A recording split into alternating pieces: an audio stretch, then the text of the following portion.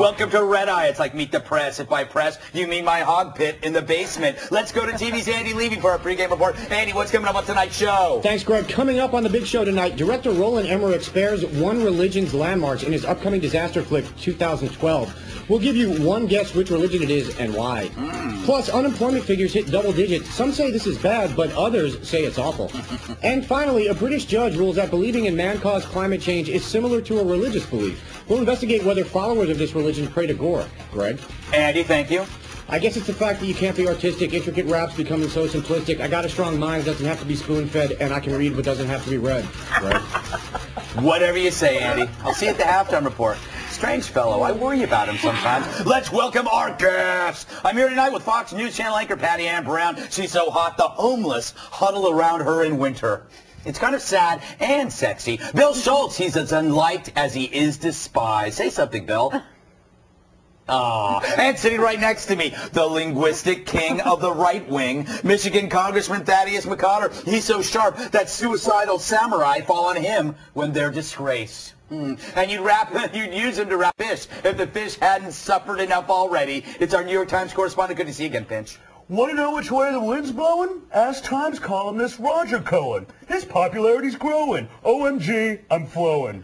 I don't believe his popularity is growing. Well, sir, you are not the New York Times. I am not. I am the last word in words. Okay, thank you very much. You're welcome very little. Help us all to the Gregolog. It's got rainbow sprinkles.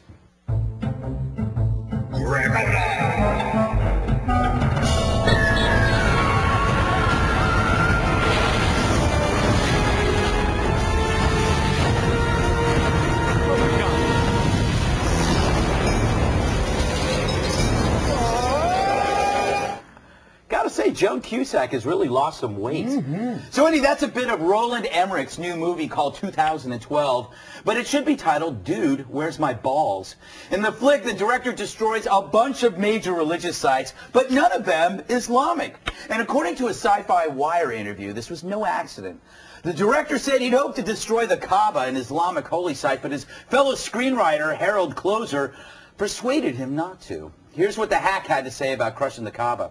Quote, well, I wanted to do that, but my co-writer, Harold, said, I will not have a fatwa on my head because of a movie. And he was right.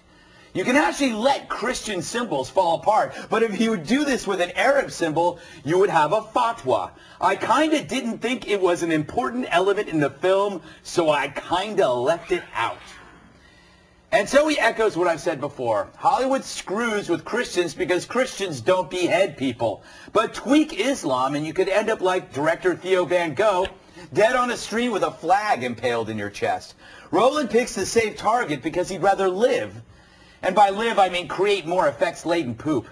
And as my guinea pig Captain Whiskers might say, all the dependable cowardice of our film industry. He might say that, of course, if he could talk, but he can't talk. Anyway, the difference between good and evil is pretty clear. Good people might annoy you by wanting prayer in schools. Evil people throw hot oil in girls' faces if they wish to go to school. Trashing the former while ignoring the latter proves that Roland has the gonads of a shrimp. Note, I actually haven't seen gonads on a shrimp, but I imagine they're really small. Am I right, Bill? No, elephant. Elephant size. All right. They're bigger than the actual Why shrimp. do I ask? And if you disagree with me, then you're probably a racist.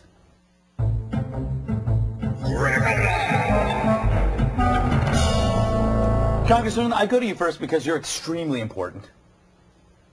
I'm not going to argue. Okay. Surprised by this cowardice? No. No? No, in fact, in many ways, the desire of some to silence free speech through inappropriate means and oftentimes violence has a chilling effect and is being seen here, even in the United States, the bastion of the First Amendment. And I would encourage people who are tempted to hold back on their free speech because of such incidents, that they really have to assert it more than ever.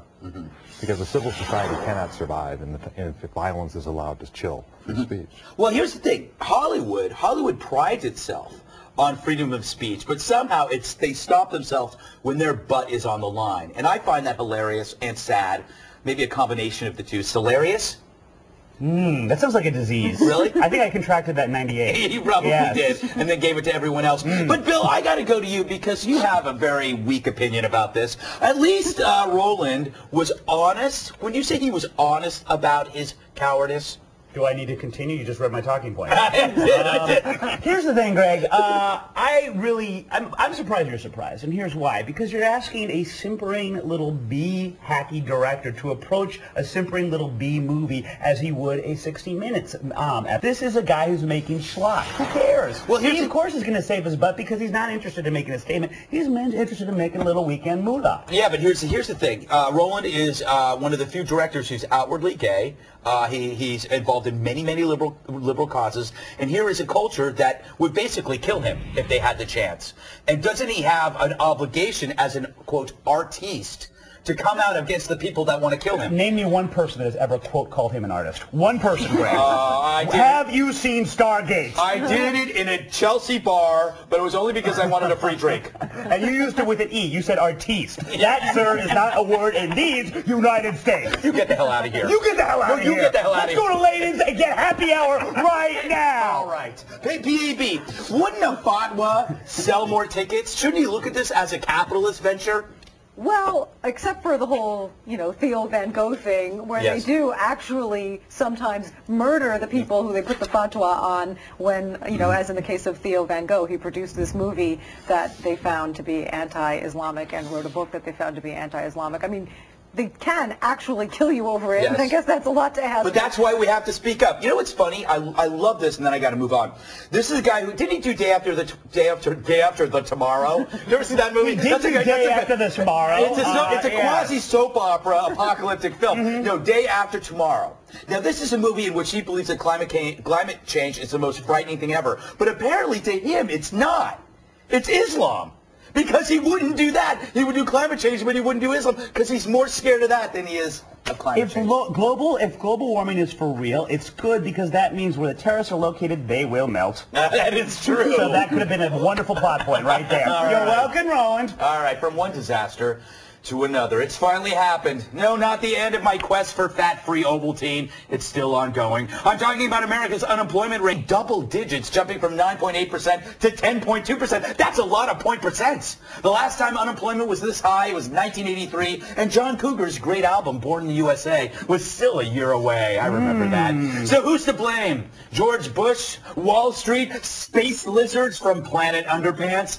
Well, Senate Republican leader Mitch McCotter says increased spending by President Obama and the Democrats has made things worse than they would be. But Democratic Congressman Barney Frank says things are much better since the Democrats passed Obama's $700 quadrillion stimulus package back in February. So who's telling the truth? And more importantly, who's hitting the gym later?